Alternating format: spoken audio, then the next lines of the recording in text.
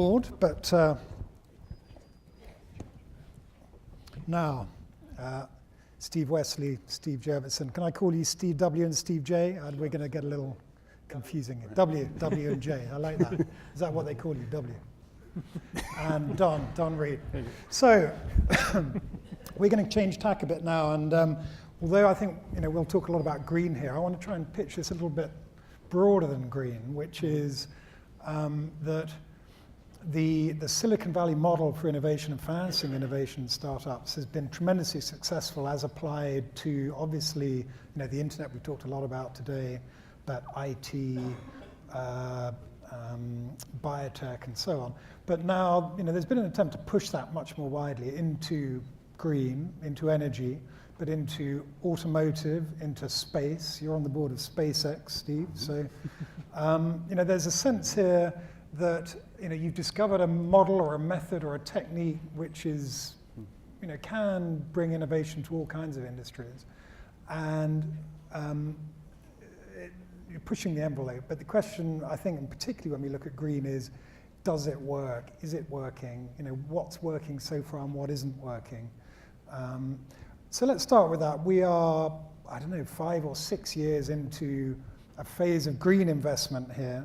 Some would call it a green bubble, but or would have called it a green bubble that was building, 2-3 years ago, whatever it was. Where are we in the process of those companies? How evolved are they? Has the model worked? Let's start with you, W. Will do. Mr. Wesley, my apologies. So I take a certain pride in this space because I served as the state controller from 2002 to 2006, and some of you may not know this, but CalPERS and CalSTRS actually made the first major investments in what was to be called clean technology, made $1 billion commitment that really jump-started what would become the industry. Simply put, 5, 6, 7 years ago, I think a lot of these technologies were not ready for prime time, were not real margin technologies. Today they are. So I could not be prouder that I think the Silicon Valley model is working as well as ever. Entrepreneurs, people willing to take risks, people coming in, doing things that were not dreamed of, and I would just cite Elon Musk as a classic Silicon Valley story, an immigrant, in this case from South Africa, educated at Stanford, comes out and says, I am going to disintermediate the entire auto industry. I'm going to make electric vehicles. We're going to do it cheaper. They're going to have a long range, better performance. And lo and behold, 5 years later, has a $2.6 billion company. This is exactly what Silicon Valley is all about. And God bless us for making it happen yet again. Well, Steve J., because you are on the board of Tesla, so you know Mr. Musk very well, and SpaceX. You invested very early in some of these sectors. What have you learned in the last 5 or 6 years about what works and what doesn't? Sure, in clean tech in particular? Clean tech, let's start with clean tech. Sure, so it's a pretty broad umbrella, right? There are everything from software-like companies to heavily capital-intensive, what I might call bent metal companies, where that under the covers is really all they do, they bend metal. And the business models are about as disparate. So there's some areas where venture capitalists are in their power alley, things that are close to or benefit from Moore's Law in some way, that feel like information age economy kinds of businesses. And there's others that are frankly quite industrial businesses that we don't really know what we're doing. And I think initially the venture community started in sectors that were familiar, like solar cells, kind of sounds like semiconductors and some of the equipment's the same, but of course the businesses are completely different. Migrated down to silicon, it must be similar. Well, exactly. It involves silicon, right? And then wow, compound semiconductors. Where's Moore's Law gone? That's right. So we all struggled to find some basis of competence that we could foist into a new regime. But joking aside, we've invested as a firm in about 75 clean tech companies. One of the most active investors out there. We've seen aggregate revenue across that portfolio double every year since we started. Some of them have been like internet companies, very efficient in the use of capital, like Enernoc, which took $3 million to get profitable. Others incredibly consumptive of capital, like Webvan, if you want to draw analogies. And the attractiveness of these businesses is just as varied as some of the attractiveness of a .com versus a true internet startup of late. So I guess my first overall statement would be it's hard to put a sort of broad brush across the category. There's much richness in the subsectors, and much difference in the business models, and overall, it's positive. Meaning overall, there's immense job creation thanks to Wesley's programs and others, about 500,000 jobs in California, 2.2 million across the US at latest count. that were all clean tech jobs, and these rate of job creation is 10 times faster than other sectors. So if you just want to look at effect on the economy, it's pretty big in California, and I think if you look at the IPO market share and other metrics, it's good times as a sector. Yep. Don. Well, if you want to measure success by how much capital's been deployed, there's been very significant capital deployed. I think our numbers for 2010 were about a little less than $2.5 billion in clean tech venture investments in the U.S. So that's good. I think that if you want to measure it by returns, in a lot of ways, Steve J's comment is clearly the most pertinent one, which is it's really all spread out, lots of different kinds of companies, but it's also pretty early, relatively few exits, although there obviously have been some. If you look for the actual impact on the economy, so job creation, but I think less than a lot of the expectations were, but still very, very significant. And if you look at the effect on the environment, a lot of them are still in the process of having that impact. So you have some like Enernoc, who really from day one was out there, with a direct environmental benefit, but a lot of significant scale. But a lot of them, it really is, they have to have really large adoption for those environmental benefits to accrue. So big capital deployment, how should we be measuring the returns? What kind of returns should we be looking for at this stage?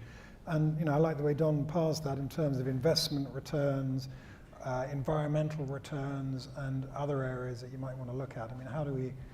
What's the scorecard? Well, I think despite what's been written in the press, the scorecard looks pretty good. I never believe what I read in the press. Nor should you. The domestic press, anyway. In UK, it's all better, I'm told. But here's what we're seeing. There was just a study done that shows that, relatively speaking, the amount invested in clean tech versus venture capital overall, there have actually been more exits, not fewer. A lot of people say, well, wait, clean tech exits? This gentleman, right? How many were there last year? 4 or 5? Actually, there were 93. So there's more activity here than you'd imagine. In terms of, is there any real impact on the environment yet? Good heavens, there are firms like First Solar, the largest solar firm in the world, producing literally gigawatts of capability. This is dramatic stuff. Here's just one other point. One of the industries that's really been spurred by our sector is wind. And if you look at all of the power that's been added to the United States grid in the last 5 years, what percent was wind? Most people think, 1, 2. 30% of all new power added in all of the United States, not California, all of the United States. 30% of the new power put online has been wind. These technologies are happening. They're happening now, and they're coming faster than people realize. Do you want to give us a scorecard, Steve? We're primarily focused on financial returns. So to your question, we don't really spend a lot of time, unless someone else is drawing up the analysis, on tracking any other impact. We like that these companies on average can recruit talent more easily than others because they have a green mission or they do something good for the planet.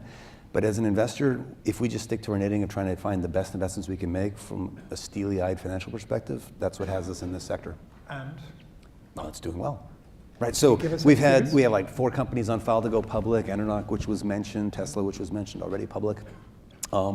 We have companies within this portfolio growing their revenue more quickly than any other we've seen in any sector in our history as a firm, 26 years of investing in startups globally.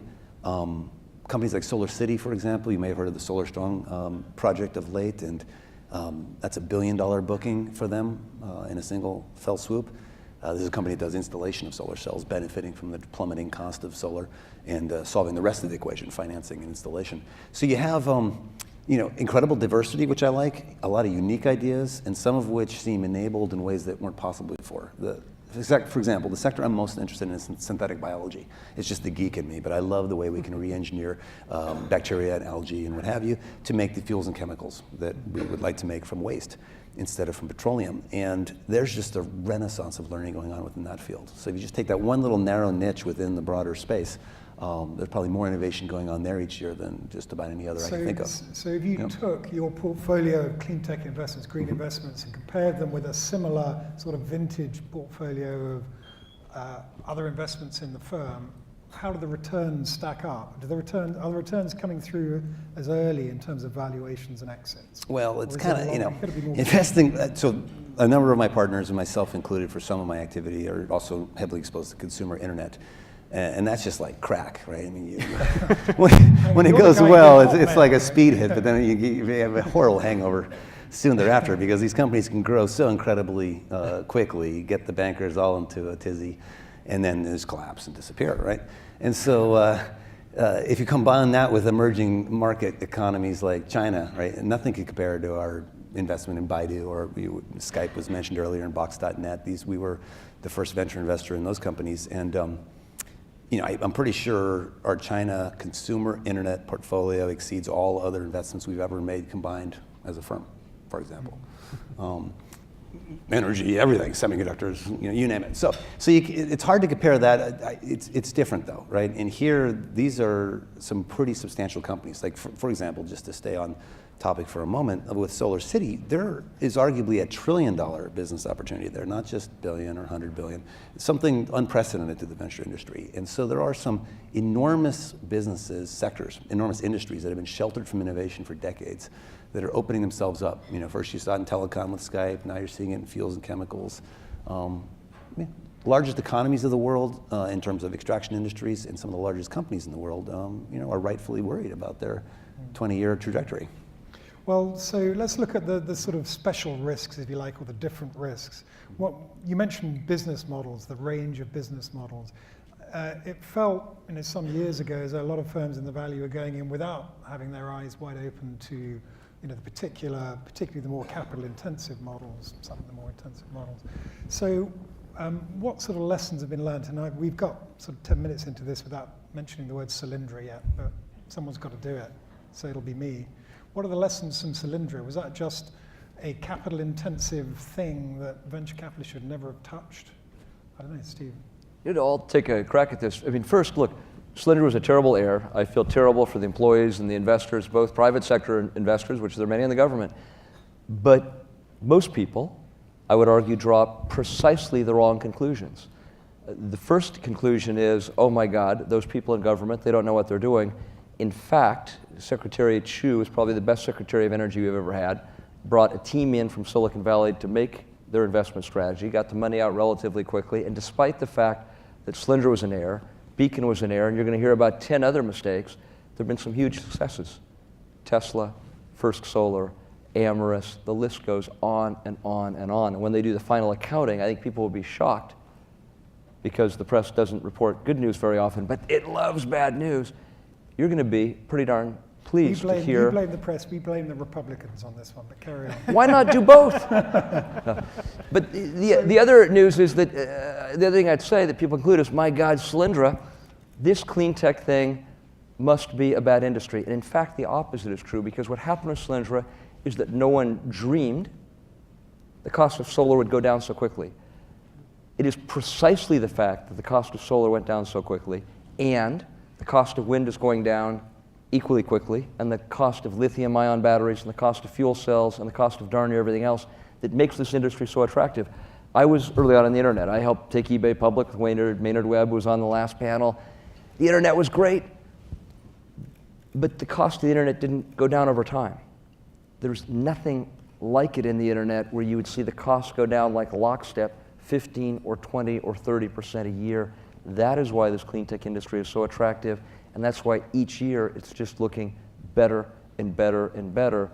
But if one was to only read the San Francisco Chronicle, dare say you might walk away with the wrong conclusions. Steve, what do you think? Any lessons from Sure, Solyndra? yeah.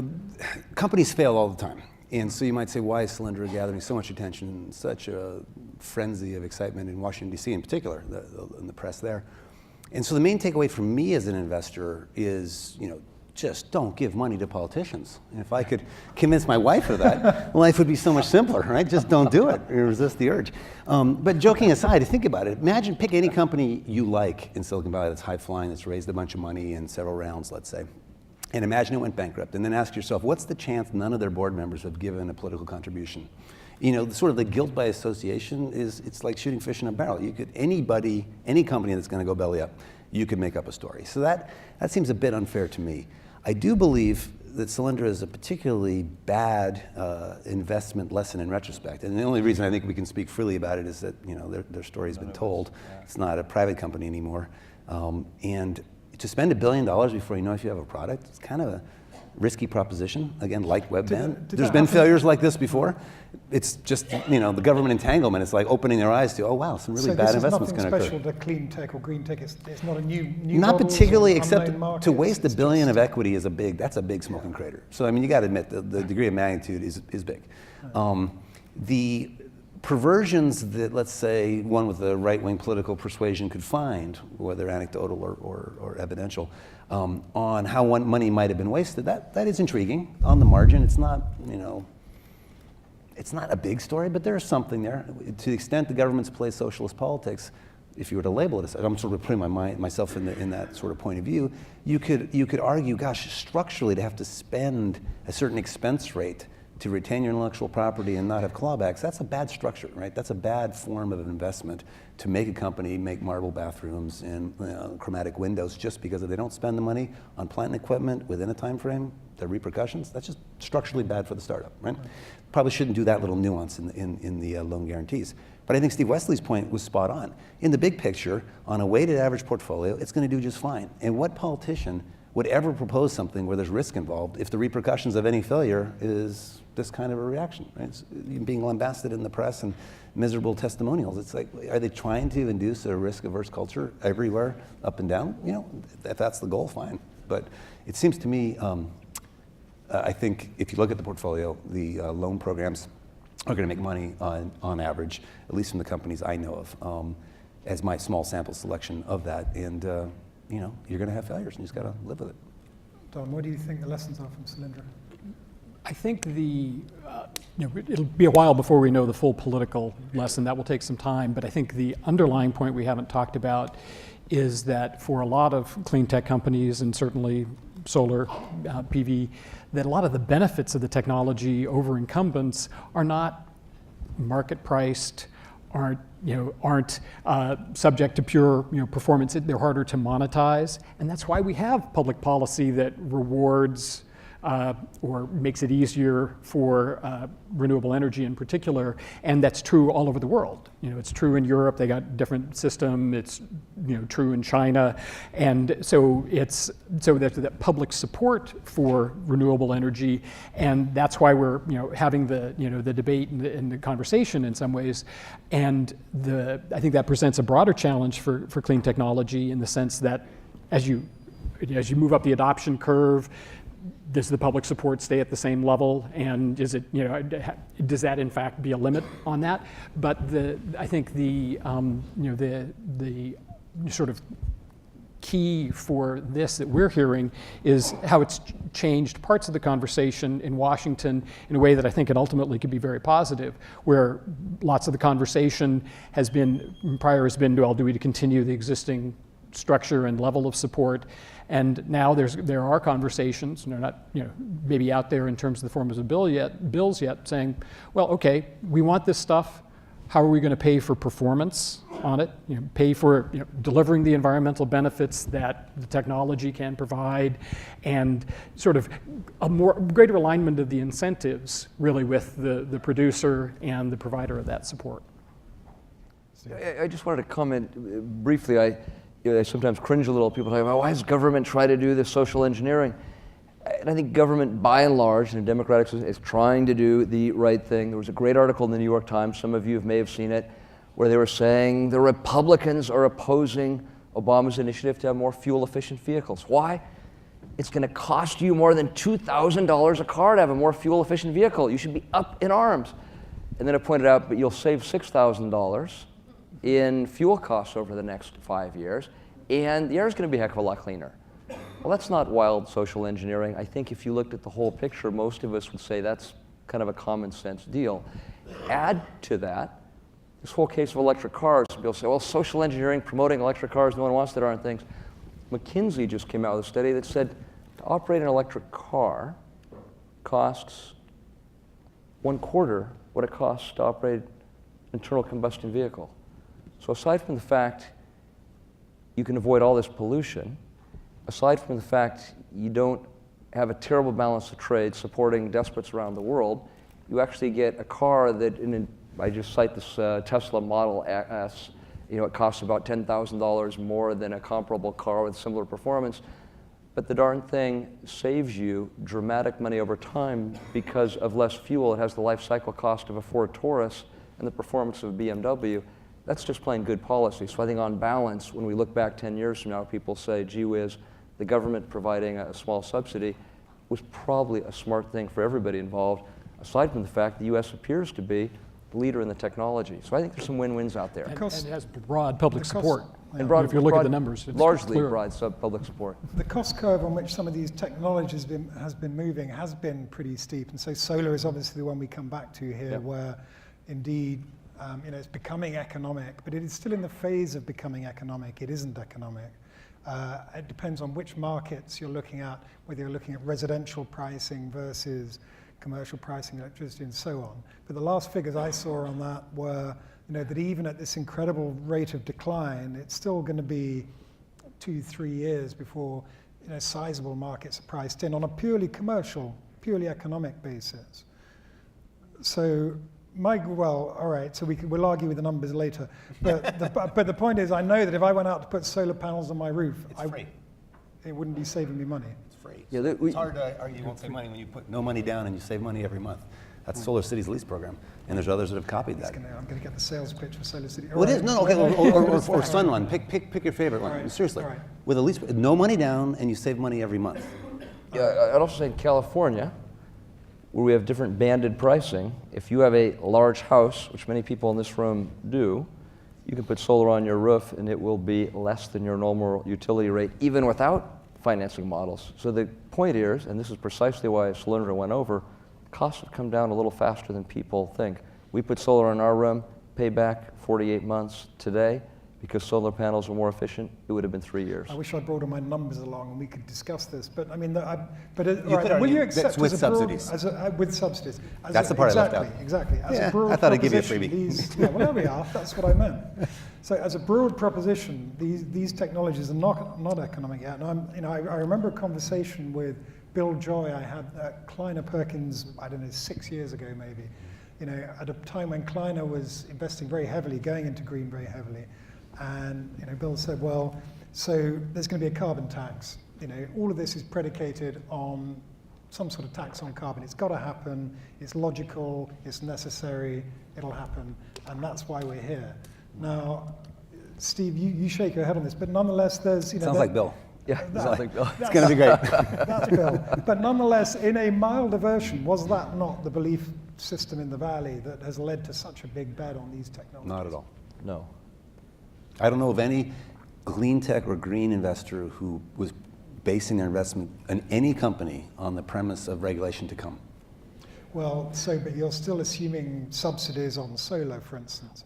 Not in perpetuity. The German solar Not in market was perpetuity. all based on subsidies. The Spanish solar market, now the Italian solar market. What The Steve entire said, industry is driven by subsidies. what Steve said earlier is true. Regardless of our politics, we're all looking at this with steely eyes because we have to provide a certain return for our investors. We have 21 companies in our portfolio. Only 4 of them get subsidies of any sort. We do not like subsidies. We tend to avoid firms with subsidies. But who cares what I think? Subsidies exist in the world. They will by and large decline, and we account for that when we make investments. But don't forget, over 65 countries in the world have mandates that require an increasing amount of alternative energy every year. Over 30 states in the US have mandates that require an increasing amount, forget subsidies. States have mandates, and this isn't just, well, you can guess the states. It's California, New Jersey, Massachusetts, all the good liberals, right? And it's Oklahoma, Kansas, Texas, even my favorite clean tech crusader, Rick Perry, of Texas, has one of the biggest clean tech mandates in the United States. God bless that bleeding heart liberal. But so this is why this space will be so attractive to investors. Costs are going like that. Government mandates are going like that. That makes for a good space to invest. But you're absolutely right. and void the firms that need subsidies, they bring great risk and peril. Well, let's push it slightly beyond green and into some of these other industries like electric cars and space and goodness knows what.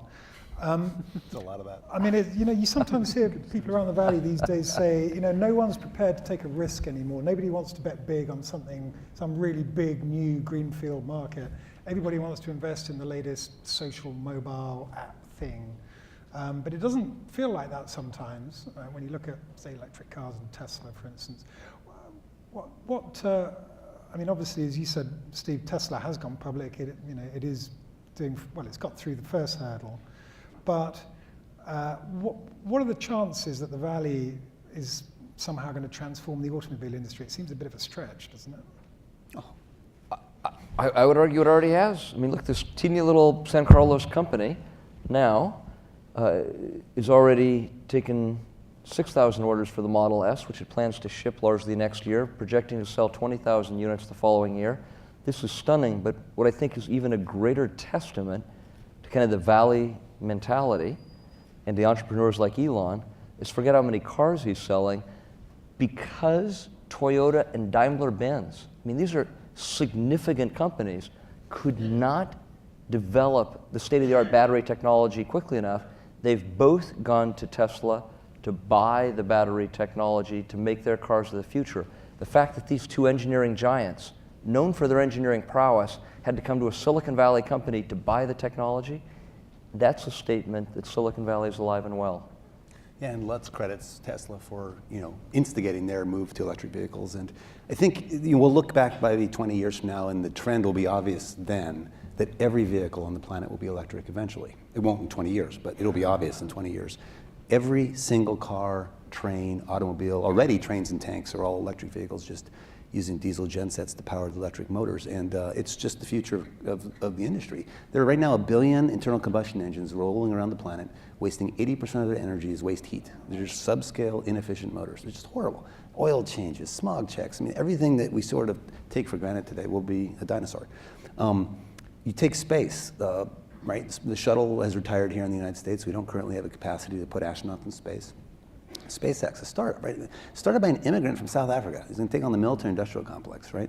Has over $2.5 billion of revenue backlog today, billion, and that's growing rapidly. It's been profitable for over 3 years running. A pretty interesting story from scratch. The opportunity to revolutionize, again, industries that have been sheltered from competition is changing, and part of that is driven by Moore's Law. The rockets at SpaceX use a modular reuse design, very similar to the way software is designed. Same physical components used over and over throughout the design. Completely different technology than used in any other rocket, and modern materials and carbon fiber and what have you as well. It is possible when you get a business that's coupled to Moore's Law in some way to innovate much more rapidly than before, like in biotech, to do millions of experiments per day instead of 1 per 10 years. And that allows you to compound the pace of progress in a way that's never been seen before. So I think you're going to see it first in the bio-driven revolution, slowly but surely in a variety of more prosaic industries that feel more industrial in their basis. But eventually every industry is going to be revolutionized by computing. They all become innervated by an information technology vector that changes the basis of competition forever. Agricultural biotech might be the next big one. That's what we're betting on of late. That's been a bit under the radar, but that's sort of what drives our what's the next industry, what's the next thing we're going to invest in. It's one industry after another that's changed by technology. Yeah, and I would say that seeing the venture capital model, not just Silicon Valley, but globally, as being the catalyst for a lot of those changes is completely realistic, having spent a lot of time with big industrial companies kind of before there was clean tech and after there was clean tech. Many of them had very little ability to really catalyze the change themselves, but with it catalyzed, they've got whole groups of R&D folks thinking about material science for batteries, material science for new automotive lightweighting that enables even lighter and smaller batteries in cars, and likewise in ag biotech. Very much the same way where the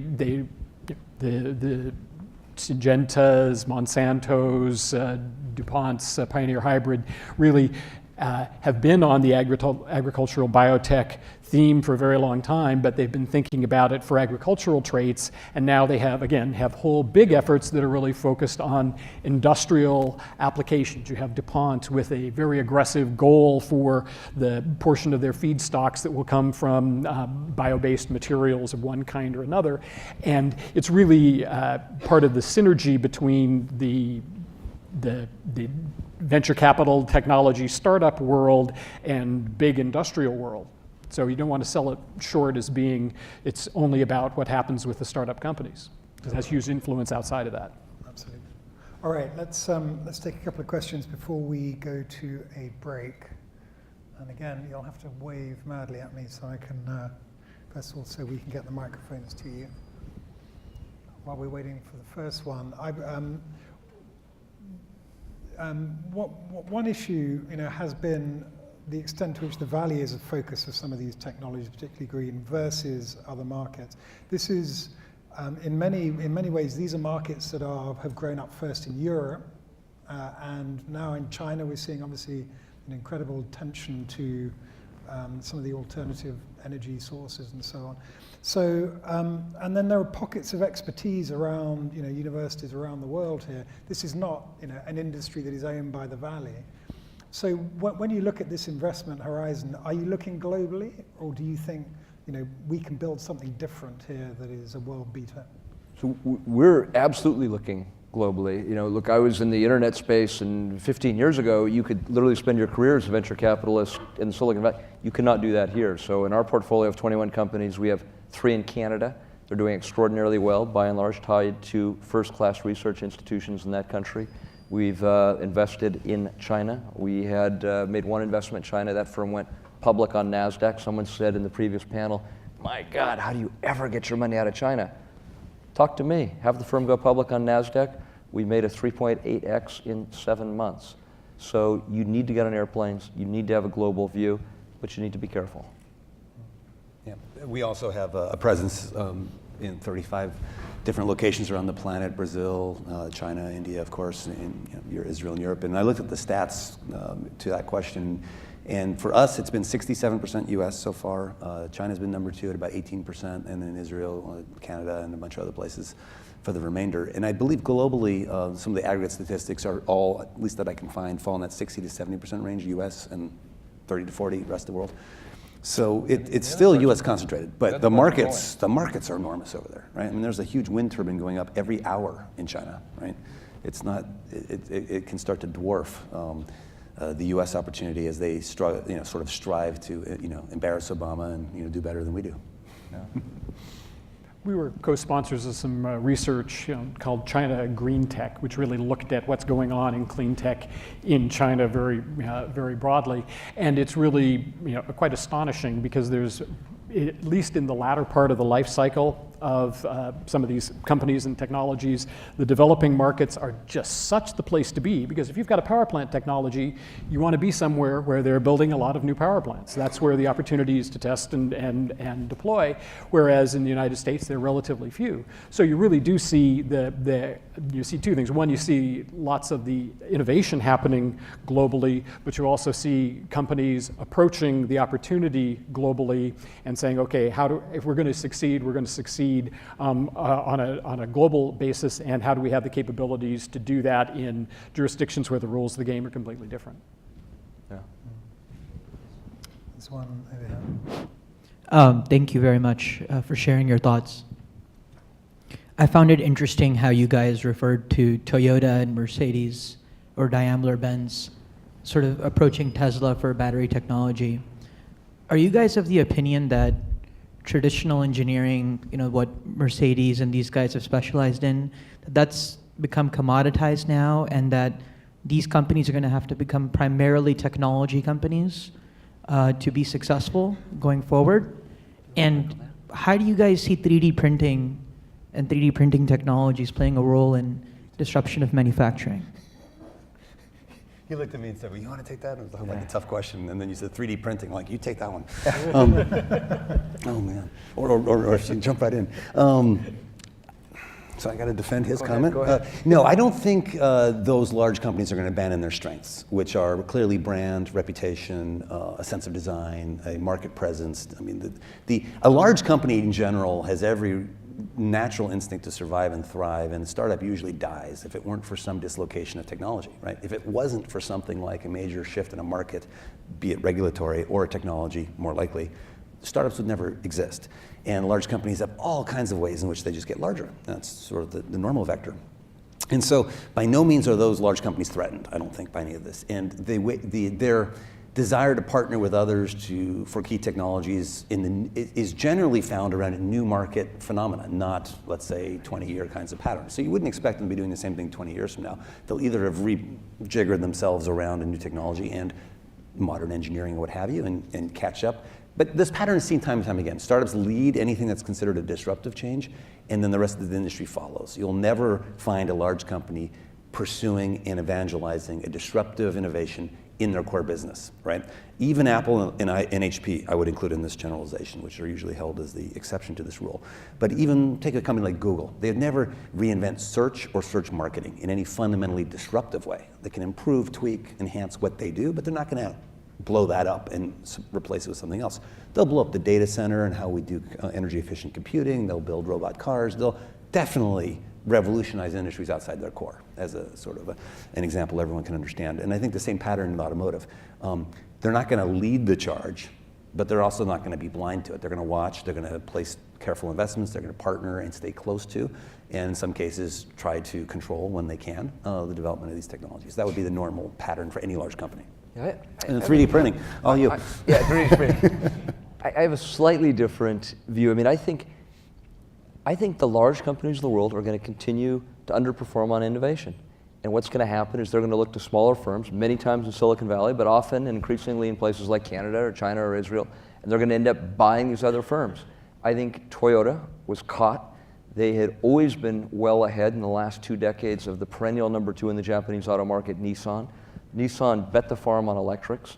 All of a sudden, Mr. Toyota realized, good God, we may be about to lose our competitive advantage, which is what forced them to move very quickly to take an equity stake in Tesla. What I think you will continue to see is large companies wanting to keep their engineering edge and their innovation edge, but not necessarily being able to, and buying the fast movers from around the world. Now, what does that mean for this industry? Everybody walks around now and says, solar, terrible investment. Everybody's losing money. I'm here to tell you, you're going to see a lot of money made in solar. And I think firms like First Solar, that happen to have close to $1 billion on their books, are going to be taking this opportunity to look at all the underpriced public and private companies. I believe they will go on a buying spree in the next 24 months. I think they will buy up the most attractive technologies out there. I think the oil companies will be playing hugely aggressively. And in the next 4 or 5 years, maybe 10 years, you will see 3 or 4 solar companies that become household names, almost akin to auto companies today. But just remember this moment. Everybody now says, solar companies, dump them. It's a bubble, not a real business. 5 to 10 years from now, you will see a consolidation and sorting out, and you will see 4 or 5 very large global brand names. This is the best time to invest, not the worst. Well, yet a third different view on where the big companies fit in all this. I think that we spend a lot of time talking to the customers of clean technology, and they're saying something pretty consistently, if you listen, which is, I want these benefits, but I don't actually understand them all that well. I really am confused by the laundry list of widgets, and therefore I am not acting. What I need is somebody who can teach me enough about this, have a clear value proposition, and be able to provide integrated solutions, hardware, equipment, services, the works. And that's how I'm going to move. And clearly, large companies combined with the technology of startup companies are one pathway to do that. It's very hard, I think, for pure startups to be providing that level of integration and service on a global level.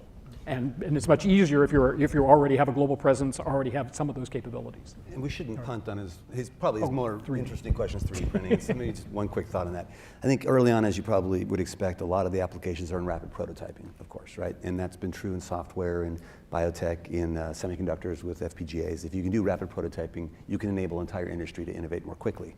There's also personalization, right? Imagine a prosthetic of which there's a market of one. You measure somebody's hand and build a carpal tunnel, let's say prosthetic for that individual. That's another early market. But long term, if you can get through those early markets, sort of a mass customization capability, a matter compiler, if you will, then it could revolutionize the whole economy where just about everything physical costs $1 a pound. Potatoes, $1 a pound. Ferrari, $1 a pound, except for the intellectual property, right, other than the IP side. And so it becomes the further dematerialization of everything and the move to everything becoming a software economy. I think that's the 50-year trend that's pretty interesting. But in the near term, personally, we get stuck on the initial market traction for some of these polymer-based systems. I like the 50-year. That's the first 50-year trend we've had today. That's good. All right, on that, well, all right, we'll take a very quick one, George. and then we're going to break because we ought to break. George, Okay, quick one. one question, just a couple.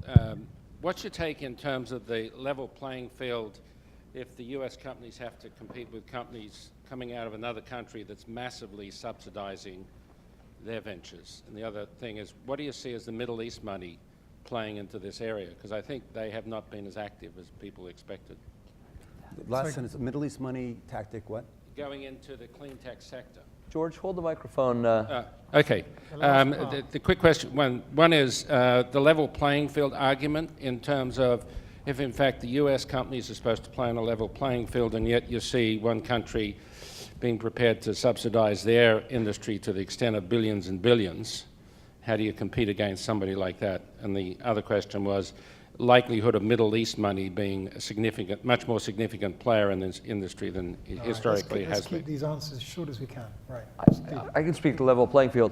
All I can say to level playing field, George, I go to China a lot, and if you're here, all you read is, my God, China Inc., China's subsidizing their companies, it's terrible what they're doing. And if you go to China, you walk around and people say, my God, have you read about the US Department of Energy? They're subsidizing all their solar companies. It's terrible what they're doing. And the fact of the matter is, the two leaders on the planet, along with Germany, are China and the US. And as much as we love to whine about it, we, Americans and Chinese, will end up being the ultimate beneficiaries because we'll end up with the strongest solar industries. I think both governments' policies have by and large been sound. I think it's overplayed what China Inc. is doing. And if you, most people don't realize this, but this year, the US is a net exporter of solar, so it hasn't been quite as bad as you've read. I would echo that and say that generally the solar industry, which is a great example in China, looks a lot like the DRAM industry and the same criticisms we had for Japan. And from a venture perspective, it's just a beacon that it's a crap business and we shouldn't be investing in it, right? So China is not competing in high-end compound semiconductors. They're doing the bulk silicon, polysilicon. They're just, that's long since been a bad business for competitiveness. And when it comes to the Middle East money, yeah, there's a lot of it floating around. I mean, just big checks. We've met with a bunch of those folks coming through town. And they realize and have taken to heart what the Saudi oil minister said, which is the Stone Age did not come to an end for lack of stones. Yeah. I think we're in violent agreement on the level playing field argument because I think a lot of the strategy in China, particularly of solar PV, is innovation is fine, but we're going to scale, and that's what they base their competitive edge on. And it's really unproven how much of those economies are really based on subsidies versus the rapid scaling. All right, on that, we're going to cut for break. Gentlemen, thank you very much. Great panel. Fascinating. That was really interesting. Really nice to meet you, Steve.